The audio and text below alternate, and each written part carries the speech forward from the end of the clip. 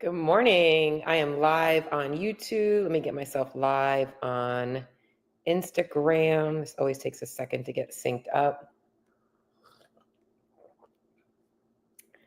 Good morning. Welcome back to Fit Body Secrets, where my mission is to bring you guys inspiration, motivation, and a ton of tips to help you guys on your fitness and health journey. And it's Friday, and we are about a week out from the CrossFit Open. And I promised my Facebook group a recording on some things to help them with the pacing and all that stuff of their CrossFit workouts. And I was like, you know what? I'm going to go ahead and throw this on my podcast. And I'm going to go live on Instagram and YouTube so that if you guys have questions about this stuff, I can help you guys out. So if you guys have questions, if you guys are CrossFitters, whether you're doing the Open or not, today I'm going to be talking a lot about how to get more out of your CrossFit workouts, not just from a competition perspective, but from a body composition perspective, from a fitness perspective, from a health perspective, and all that kinds of stuff. Because all of it is going to fix itself with the very same strategies. What I'm going to be talking about today is going to help you with all of those things, regardless of your goals. So how many of y'all are signing up for the CrossFit Open? That has got to be so exciting if it's your first one. Hold on, my cat is going to drive me crazy. Jack, get down. Why do you always have to bother me when I'm doing this stuff? Get down. Whenever I'm on my computer, I think he just gets excited to hear my voice, and he always wants to come up here and play. And I can see him wanting to knock down my light. So today, what I really want to talk about was CrossFit workouts in general. I think it's so easy as a CrossFitter to get focused on, I got to get better at the skills, or I don't have the skills, or I want to get stronger, and all of these things. And we don't think about the one thing that probably matters the most, which is your fitness. The Metcons are the meat of CrossFit and what makes it so impactful and effective. And so what I want to do today is give you guys some strategies out of how to get more out of that part of your training. Because a lot of times what I see people doing wrong is they see the workout of the board, they look at other people's scores, and they go into a workout without a plan, and they feel like crap afterwards. And maybe you're like, man, I busted my ass. I worked so hard, because you feel so tired and you're proud you finished it. But it doesn't necessarily mean that you got what you needed to out of that workout. And I want to teach you guys how to learn from your workouts and how to train better so that you can get more out of them. Okay. So the first thing that I want to talk about today is the importance of training machines. And it's funny, when I first started CrossFit, the big thing was we don't use machines. We are the machines. Because when you walked into a CrossFit gym, it was so different than your traditional gym. You didn't have a bunch of different leg presses and chest pec decks and all this stuff. It was like barbells, a pull-up bar, some wall balls, boxes. You didn't really see anything. In fact, the gym floor was pretty much empty until people filled it with all of their equipment, right? So machine work, though, is often underrated. And even if you guys are doing it, making sure that you're doing the machine work appropriately. So when I'm talking machines, I want you to think monostructural. Things like running, biking, rowing, skiing, whatever other bikes you might have there, the Echo bike, the Assault bike, the Erg bike. Those are your machines. And why I like those is because they all have some metrics on them for you to look at. So when you're training them, it's going to give you some transference into understanding how you feel at different paces, which will help you understand how you should feel when you're attacking a CrossFit workout. And I'll explain that in a second. So on the machines, all of them have, like your bike erg, your row erg, and your ski erg are all going to have mostly what you guys are going to be looking at are your calories per hour and your meters per 500. You'll see those numbers show up. It might say 2 minutes per 500 meters on a rower. It might say 2 minutes for 1,000 meters on your bike erg. Or it might say 1,000 calories per hour. Those are an idea for you to gauge a pace for you. So when you're going out after a workout and it says 1,000-meter row and you're looking at your split pace as 149 per 500, you're looking at a pretty fast 1,000-meter row for you. So it's asking yourself, is that something you can actually sustain for 4 minutes? You have to think about how long you're going to be on that machine for. But what I like about this is if you start to pay attention to those things, when you're doing different CrossFit workouts, you start to regulate how you feel at different distances, and you start to learn those paces. So if I tell you that we have a workout with 4 sets of 500-meter or 4 rounds of a 500-meter row, 10 deadlifts and 10 box jumps, and you know how hard it is for you to row 500 meters under 2 minutes on its own, you're probably going to want to go into that workout looking at that pace and being like, okay, I should probably be around a 205 or a 210 pace, and make sure I'm going to be fresh enough to get on that barbell or onto the box jumps and keep working. And the hard thing about this is that your first rounds of these workouts, you're going to feel like you're going too easy. You're going to feel like I'm holding back.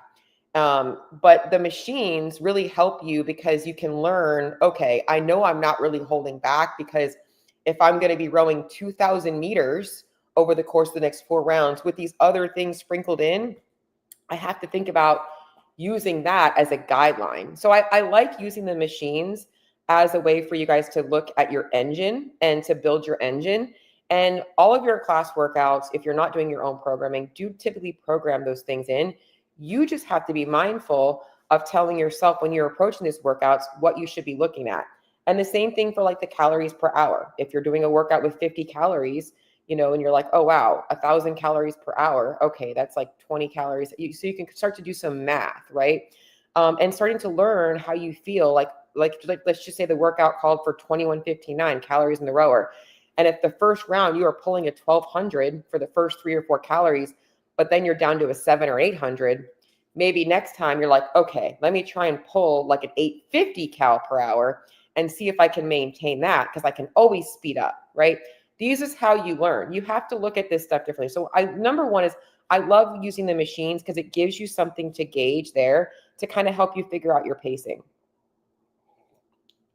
When you're running, you can do the same thing. Most of you guys have like a 400 meter mapped out, or if you're using an air runner, kind of trying to figure out, all right, at about the 100 meter mark in, how am I feeling? What's my pace here? That gives you an idea of how to pace things. So using the machines. And the second part of this is learning how to train at like an RPE, or rate of perceived exertion, of like 6 to 8. Okay. Every workout should not leave you like on your back, like completely drenched in sweat, feeling like you just like trashed yourself. That's not the goal of you getting fitter. Like those are great workouts, but if you're only ever doing that type of a workout, you're never learning anything about how to pace yourself. I know when I'm holding back, and also when I'm like going hard. I can do Fran, 21-15-9 thrusters and pull up at a moderate pace and leave feeling okay, or I can try and do Fran as fast as possible.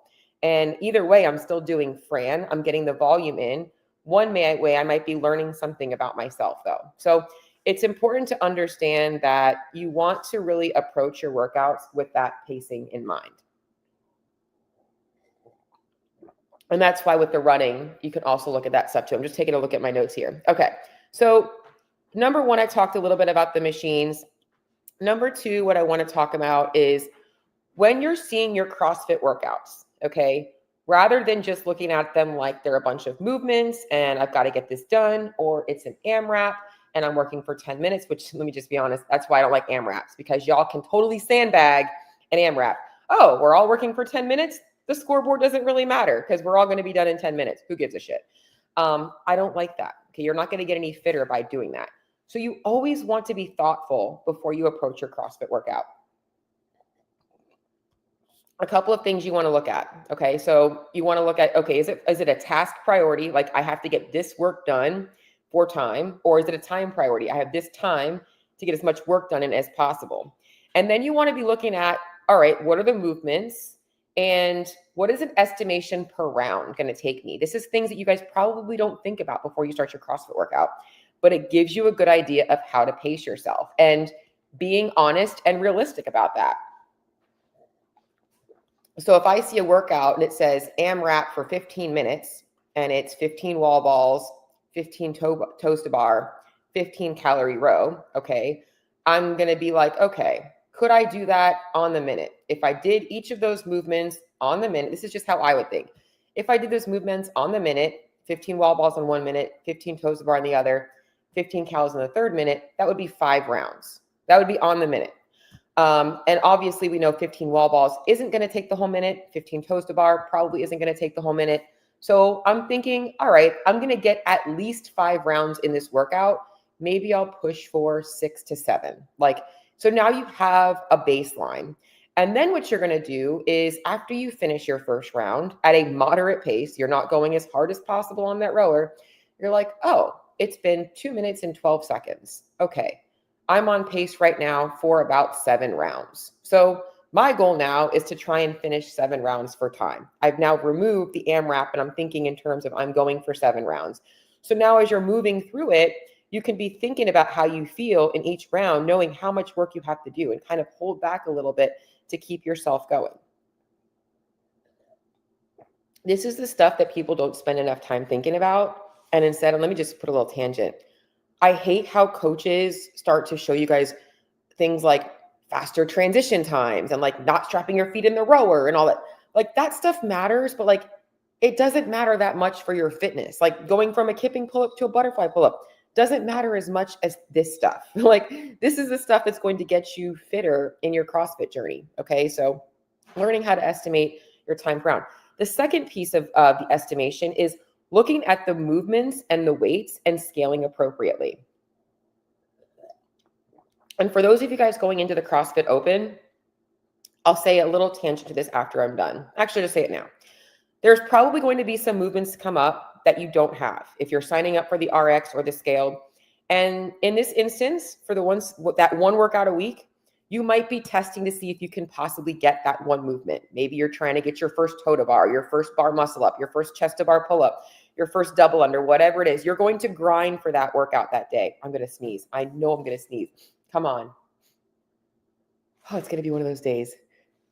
Maybe I'm not. I knew it was coming. But for those instances, you might be pushing to try and get that movement because you're so close and it's the one time where you're like, you know what? I have nothing else to lose right now. It's for the Open.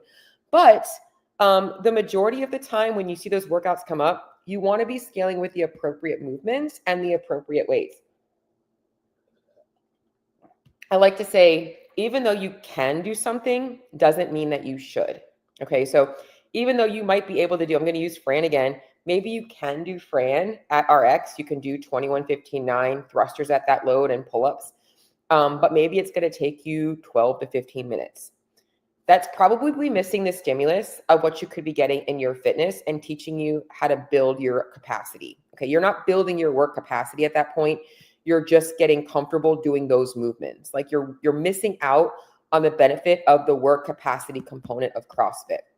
So learning how to actually scale your workouts appropriately and not looking at that like it's like you're doing less. You're not doing less by scaling the workout. You're doing the right modification to get you the right stimulus to build your work capacity. And that does mean sometimes doing what looks like the easier movement because it's not the higher skill movement, but it's actually what's going to make the workout harder for you because you're going to have to push harder, right? If you know that 21 pull-ups is going to be broken up into singles and you're likely not going to be able to do that in like less than a minute, or less than a minute and a half, and you're now doing singles, you're not building work capacity. At that point, you're working a strength and a skill. Whereas the stimulus should be like work capacity, getting that work done faster. So it might be harder for you. My cat is just going to keep bothering me. Will you stop?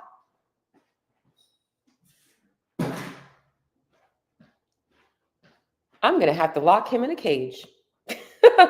But you're not working your work capacity by doing that. You're building a skill, which is great. But you're gonna get more out of choosing a movement like even a jumping pull-up, a banded pull-up, a ring row, where you're like having to keep the muscles under fatigue for that rep set. And this is where I talk about body composition as well. Guys, CrossFit and bodybuilding are very similar, done in different instances, right? They do muscular failure sets. We do muscular failure workouts. So oftentimes in your workout, if you're seeing a set of 21, around 15 or 16, you're like, am I going to get those last few rounds and your last few reps in? It's the same thing. So you can get that same response from a body composition perspective as well by choosing the right weights in your workout. The work capacity part of it is what bodybuilding is missing, right? We do other things too with it. So Knowing that, like, I want you guys to understand that choosing the right movements and the right weights is what's so important for you to develop as an athlete. And then if there's a skill that you know you have, but like it's going to totally ruin the workout for you, spend a few minutes before, after the Metcon practicing some of those movements. I still do that sometimes. Like if I'm not feeling a movement, I'll just like scale it out. And afterwards I'll practice a few of those reps and I won't put that pressure on myself. Okay. The next thing that I want to talk about is focusing on consistency. All right. So when I was back in my New England days, there was a guy at the 5:30 class. His name was Doug Bell. You probably ain't watching this, but it was really funny because I have a memory of they created this little like trophy, and it was like it was called like the Doug Bell Award, because he was so notorious for going out so hard in the first workout or in the first round, and then he would just die out. And like the next, so whenever somebody would do that, like they would be honored like with the Doug Bell Award for the day. But it's just a funny tangent because it's very common. And this usually comes down to you think you're overestimating what you're actually capable of maintaining. Start off slower, unless the workout truly is like a 1 or a 2 minute test for time, like getting on the assault bike and going for 2 minutes max effort where there's like nothing in your way but pain. Like that's a different story. But if it's like you've got rounds to do, you've got multiple sets, like pacing it out, right? Oftentimes, even in strength, you see progressions, right? Like you build up to a weight and then you stay there, or maybe you're building up slowly. It's the same thing with your conditioning pieces here too. You don't want to feel like you would much rather get better than get worse. I love talking about negative splits. Like I would love to see somebody who got faster rather than getting slower, because that means that they're learning a little bit most of the time. Okay. So you want to focus on consistency per round. So like, let's just say we're doing a 20-minute AMRAP. I'm using AMRAPs as an example, or if you want to call it 5 rounds for time, whatever it is. If your first round takes you 3 minutes, but your last round takes you 8 minutes, right? You've lost a lot of consistency. I remember back in the day, Ben, and he had done a training on this, or a podcast. He talked about Brooke Wells during the, my cat is just getting into trouble today. He just wants to be annoying. He's just looking for trouble. Looking for trouble, are you, Jack? But he had done a thing where he analyzed her heavy DT workout, and he paced her first round from her last round, and it was like double the time. So it's learning how to go out with a little bit of conservative effort so that you can save it for the end. And there's a difference between sandbagging and just holding back a little bit. But this is where it comes down to taking these principles and applying them on a daily basis comes in, which is the next thing. Okay. You guys have to be thinking about the majority of your time should be training. All right. The majority of your week, you should not feel like you are going max effort. You should feel like you are working at that RPE of 7 to 8. And you should be holding back a little bit, learning from it, because that's how you're going to build up consistency and understanding your paces. And when you feel like you're like, you know what, this is a workout I want to test a little bit. And over time, you learn how you can push a little bit harder. You start to learn that you can go a little bit faster on a run and still come back in and get right on the pull-up bar. You learn those things, but you have to train this stuff consistently. And this is what a lot of people don't spend time on. You guys probably don't spend a lot of time thinking about this stuff. You look at the strength and the skill and the workout, and you're like, oh my God, that's just so much to do. This shit matters more. You're going to get more out of your training by focusing on this stuff. Okay. So you've got to be consistent with this stuff. Another thing I think that you guys can really add in is adding in like just some lower intensity workouts, like being okay with taking your workout intensity down a little bit and seeing what it feels like and how your time is when you're not pushing max effort. You might surprise yourself that sometimes the workouts that you think you're taking it easy on, you actually end up getting a better time on because you didn't go out too hard. Okay, so you want to train at this moderate intensity the majority of your time. And the last thing that I want to talk about today is, and this is so important for all of you guys right now going into the open, you want to run your own race. Okay. No matter who you're training with, no matter what your goals are, you cannot control anybody else around you, what they're capable of, how fast they're going to go. And you cannot let what they're doing dictate the speed of your actions. You need to make sure that you are focused on yourself. That is number one. And that is the most important thing. If you are focusing on how fast somebody else is getting a round done, or how many people are already on the pull-up bar, or like you finishing dead last, you are distracting yourself for what you should be focusing on, which is this stuff. How am I feeling in round one of this workout? Wow, I got that round unbroken. I didn't think I could do that. Hopefully I can do it again. Like, you're missing out on that kinds of stuff. And that's where you guys really have to lean in. And to add to this, it's also where you can learn when to push yourself. You have to be able to say, I'm willing today to try and go a little bit harder just to see what I'm capable of. Sometimes you're going to risk failing. And I'm really speaking to the reps in general. When you see a round where it's like 15 reps per round, it's like 5 rounds, and it's like you really could put the bar down, but you're like, you know what? Let me see if I can get this 15 reps unbroken. Okay. This is where choosing the right weights and everything to give yourself a challenge, but something that you're like, I feel confident that I could get that unbroken while I'm fresh. Let me see if I can get it unbroken while I'm tired. Those are the things that build your fitness and build your engine. And this is how an engine is built. In fact, I feel like in my CrossFit community, in my CrossFit journey, it's funny. I remember they used to call me the Metcon monster because that was me. I was always really good at understanding my paces. If you gave me a workout that was just about work capacity, I could crush it. And I can still crush work capacity workouts because of this. And now that I have also developed the skills and the strength, I can push higher work capacity with those skills and those strengths. So for those of you that are going into the open, you're not going to get a lot more fitness right now.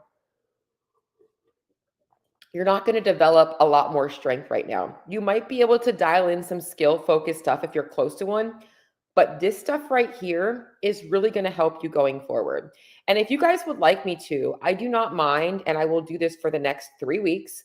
I will put out an Instagram live every week, the day of the open, going over some pacing strategies for different people. I will go over my strategy for the workout, which is going to likely be different than a lot of your guys' strategies, but giving you guys some ideas on what I think would be best based on different skill levels where you guys are at.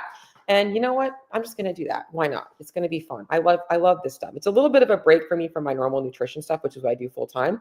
But this is fun. And honestly, the majority of my nutrition clients, y'all are CrossFitters. And whether you're doing the open and actually signing up for it or you're not, you're probably doing the open. So I will do that for the next couple of weeks just because it's fun. I haven't done it in a couple of years because I've been in my own funk for the last couple of years. In fact, I'm going into the open this year after 2 years of kind of like signing up for it, but not really even being able to participate because in 2023, I had shoulder surgery.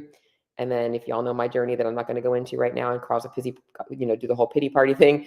But then I got injured and sick. So 2024, I couldn't do double unders, couldn't do deadlifts. So it is what it is. So I'm going into 2025 right now, feeling like I feel like I'm brand new to CrossFit. In fact, I do. I feel like right now I am back to being a beginner again. And it's cool because I'm like the beginner who already was an athlete. You know how you have all these like ex-NFL players coming in and they're just picking things up like that.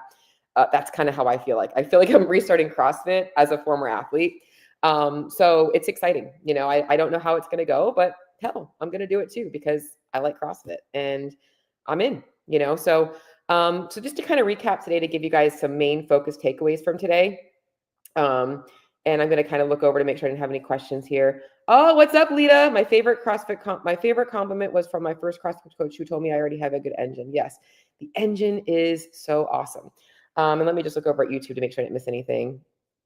Yes, my cat has been. What is up, Dex? Oh my God, I haven't seen you on here forever. I have to throw up after every interval or it's not working. That's hilarious. You know what's funny?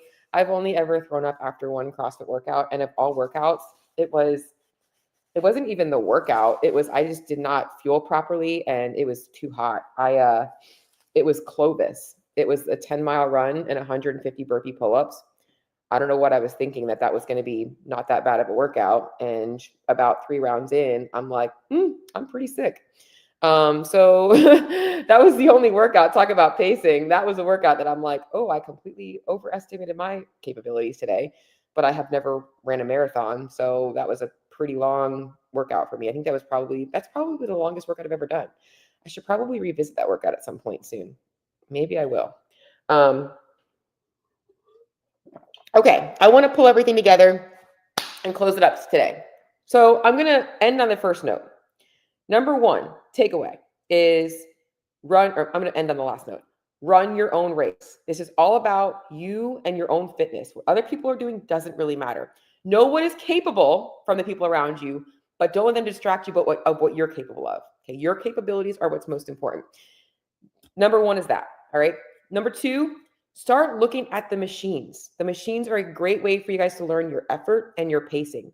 You'll start to learn how you feel after 3 or 4 minutes of work at a threshold pace. So when you're doing a workout that's 3 or 4 minutes, you know how you want to feel. You know now when you're redlining because you've seen it on a machine. Okay. So using the machines and also learning how to pace those machines. So when they come up in the open, you don't want to go out on a 500-meter row at a pace that you can't maintain for more than one round at that pace. So looking at those numbers on your screen and learning how to get very familiar with them. Number three is looking at the work that's ahead of you, whether it's the time or the task, and trying to look at what an average round might take, and using that to set your own standards. So if it's an AMRAP and your first round takes you 2 minutes, you're like, okay, I'm trying to get 9+ rounds, or if it's a 5-round workout and the first round takes you 3 minutes, I'm like, all right, I'm trying to finish under 15 minutes, and giving yourself a way to push yourself with moderation in the beginning, which is number 4, going out a little easier than you think you need to. Okay, so don't be my cat. God damn it. Get down. I'm literally that's the 4th time. He's like, you knocked my headphones down, and it's distracting. The next thing is, what was I saying? Don't be that person, though, that goes out so hard in the first round and you die out. Start off a little easier, learn to be conservative, and then pick up. Okay. And then the last piece of this is taking all of this stuff and using it on a daily basis, actually putting this into practice every single day. From now on, if you're watching this video, when you go into your CrossFit class and you see the Metcon, ask yourself, what's my pace on the rower going to be? What's my pace per round look like? What weight should I be using to get these rounds unbroken? And applying that in every single one of your CrossFit workouts. This way now you will get more practice in training. And then every once in a while, like next week when we are down for the open, you are throwing it all on the line and giving it your best effort with these principles in mind, because you now know what it feels like to train and you can maybe push a little harder to see what's there. Okay. That's what I got for today. I'm going to pop over to Instagram. Dex, I can't believe you were on my live. I miss you. How you doing, friend? Anybody have any other questions? CrossFit related, nutrition related, anything else before I sign off? Anybody excited for the open? Have their own feelings about the open? I know my last episode was on CrossFit too, and I talked a lot about my thoughts in the open. The only thing I didn't talk about last week that I wanted to talk about is on my podcast, and I'm just going to bring it up now, is when I was speaking to the changes in CrossFit and all that stuff. I feel like the only other issue I had myself this year and in general is that sometimes I feel like they nitpick on the wrong things. I totally think having standardized every single year the same standards on things like handstand push-ups and pull-ups. I just think pull-ups should always be chest to bar, whatever it is, having specific standards, but not nitpicking on the things like freaking knee sleeves and what kind of grips you're wearing. As long as there's not a dowel in them, I mean, come on. It's just getting a little bit carried away that they're focusing on that. So I think that there's bigger pictures. I just had to make a little tangent in there because I finally found a pair of grips that I like after 15 years of CrossFit, and you're not even allowed to wear them in the open. So it is what it is. But I don't really wear grips that often, only when my hands are tender. So anybody have any other questions they want to ask me before I sign off? Because I got to get to some other stuff today. I got a lot of exciting things coming up. I got a 12-week program I'm going to be starting up here pretty soon. Anything else? Anybody want to give me some guesses on what they think the first workout's going to be? I gave up guessing on this. I will say that is one thing I do love and miss is Dave at the announcements and as much as his clues were always like, this doesn't make any sense, it's just so unbelievably, and the word I want to use is brilliant, because after they come out, they kind of make sense, but they're fun. So, all right. Well, I'm going to hop off. If you guys have any questions, feel free to shoot me a message, and I will talk to y'all soon.